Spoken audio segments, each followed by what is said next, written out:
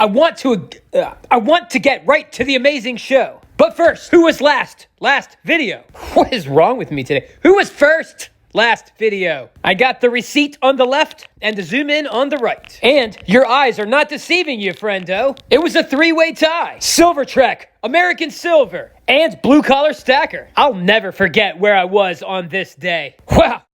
We're gonna look at some constitutional silver today. And chit-chat. Pull up a hot cup if you got one. I got mine. Just a cup or two in the morning. That's it. That is it. I've been working on my sleep score. No caffeine for the rest of the day, or any screens an hour before bed. Unless, of course, it's Thousandaire radio video.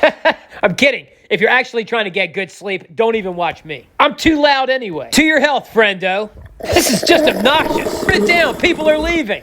What is your problem? Why are you talking to yourself as if you were more than one person? Maybe I'm twins. Did you ever think about that? I'm in such a good mood this morning. Man, this is gonna be fun. Hit like, friendo. Please and thank you. Your likes directly promote this insanity. Actually, it's completely sane. I do the same thing every day, expecting the same result. I think that's about as sane as you can get, right? James Reel writes, Thousandaire to millionaire. You know, I'm getting that feeling too, James. Although I'm not real big on money. I'm more of a power guy. What good is money if you're powerless? And there are many forms of power. Reminds me of a quote from that awesome movie, Starship Troopers. Supreme force is the power from which all other powers are derived. But there are many others. I've heard the pen is mightier than the sword, but it has to be wielded properly. Charging into a sword fight with a pen may not be a great idea. Bullion Addict writes, the best radio show that is not a radio show. Wait, what? It may not be a radio show, but it is a radio. Sort of. You see, as I read more finance books, I knew I needed a better class of company. No offense to my old friendos, but there were no other stackers around, or many even interested in finance chit-chat at all, unless you were going to finance their next beer. So the Thousandaire radio is really my way of tuning in to other wealthy individuals, or at least wealth-minded others. And I think we're finally off to a good start. Greg Olson writes, just went to me LCS yesterday. He had junk at $25.50, so I proceeded to buy him out. 1 quarter and 3 dimes. He specializes in Morgans and pre-1900 US coins. He gives $50 in change. If I see Ike's at my coin shop, I'll buy him for face value. I think I got about $200 worth so far. What is silver today? Today is Friday, July 11th, 2025. Wow, silver's $37.76. Gold is $3,354. That is. We here in the Estados Unidos. And let's just check. Oh, Bitcoin, $117,000. What a dumb asset. It just keeps going up. You know, I'm trying not to poke fun at other big stacker channels right now. I read someone's comment, and they are right. Complaining is not a good look. So I'm focusing on not doing that. But these channels that regularly poo-poo Bitcoin, I don't know. Is it because their audience hates Bitcoin? I know a lot of my audience does. So I'll only talk about it a little bit. Is it because they don't understand it? Or maybe there's some super genius that's ahead of the curve. Probably not that one. Oh, or could it be their sponsor doesn't sell it? Or maybe it's just a combination of all of those. What makes me actually angry is them telling people not to buy it. Now, keep in mind, they don't have to tell you to buy it, but they don't have to tell you not to buy it. And instead, they want you to turtle your finances in a defensive position. Gold, silver, and I really like this stuff. But I'm not going to tell you, don't buy real estate. Buy gold and silver from my bullion dealer, because real estate's dumb.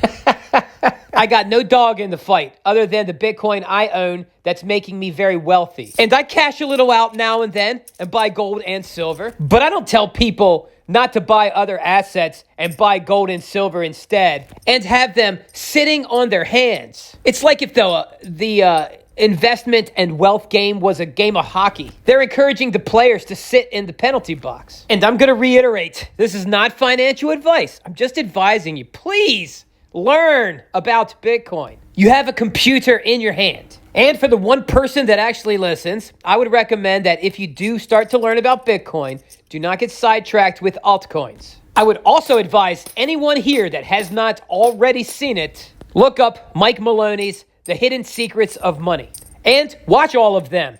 I did, and I used pen and paper. I took notes. There may be some important details that you don't understand yet about gold and silver. I know you know a lot, but you could have a couple blind spots. There's also another series called The Ascent of Money. Camp out, watch both of these series, and have a pad of paper with you. I wasn't sold on Bitcoin by some cyberpunk. I took notes on why money was money. And I do understand the intrinsic argument. I mean, after all, you do see me stacking silver and gold. But when I learned that tally sticks were our money for like 900 years, 9 centuries, almost a millennium, sticks with notches carved in them, split down the middle. The loaner and the borrower each get half. And when the debt is repaid, they put the sticks back together, it fits, and then they destroy it. 900 years we did that. So, what's the melt value of a stick? Not much. You can enjoy a little heat from it. The value was, it was an uncorruptible contract.